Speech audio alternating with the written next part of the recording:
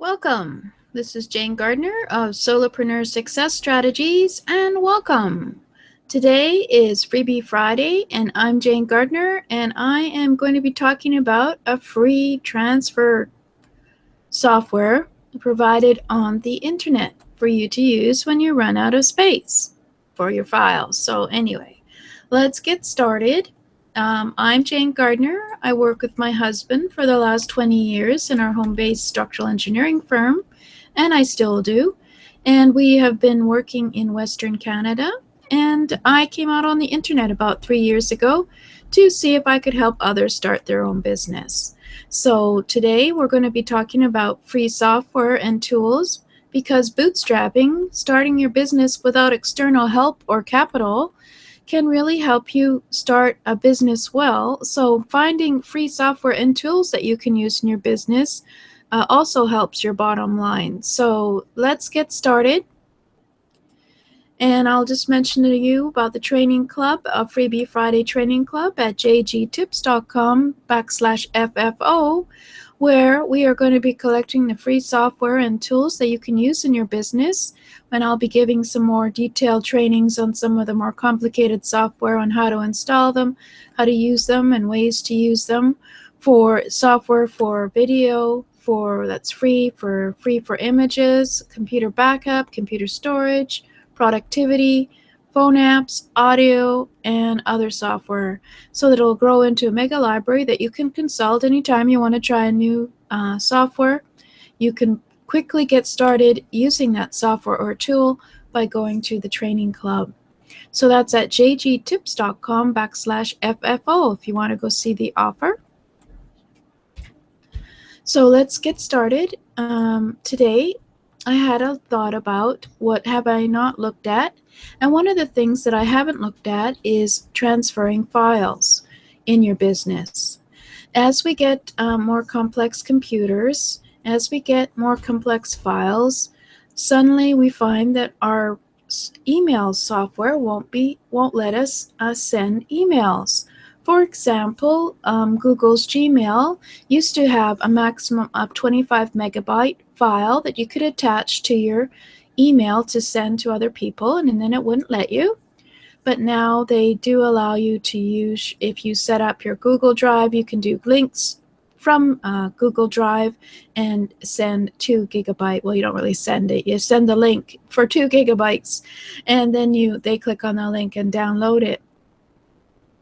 But for those of us who want to keep our privacy in terms and don't want to use Google Drive or any other drive for transferring files, there are a few software transfer tools out there, as well as file software tools on the internet. And one of these is WeTransfer.com. WeTransfer.com. And as you can see, you can send up to 2 gigabyte files to another person. So we'll do a little demo. And of course, they have an upgrade where you can send more files, but this is the free one. And so for the free one, all you have to do is you don't have to register or anything. You just get a file up to 2 gigabytes. You open it, and then you can add more files if you wish, and then you enter your address, email that you want to send it to, and of course you want to have your email in there so they know who they're getting it from. So let's send it to my other email. Excuse me. And then what happens is, of course, you send a little message saying, "Hi, this is my audio." And they will allow you to send this through their system to the other person by email for free. So let's transfer it, and off it going. And then for the paid service for WeTransfer.com, you can obviously have a larger number of files to send in gigabytes, as well as some other features that you can use, like having some nice backdrops to the right now. When the other, well, I guess what we'll do is we'll have to go and pick it up, won't we? So let's go to my email. See if we can get to my email. It's not always direct here, but let's take a chance. Nope, not that one. Let's try another email. Here we go. I think I just sent it to the same one, didn't I? Okay. And that's the wrong one, I think. So let's try the other one.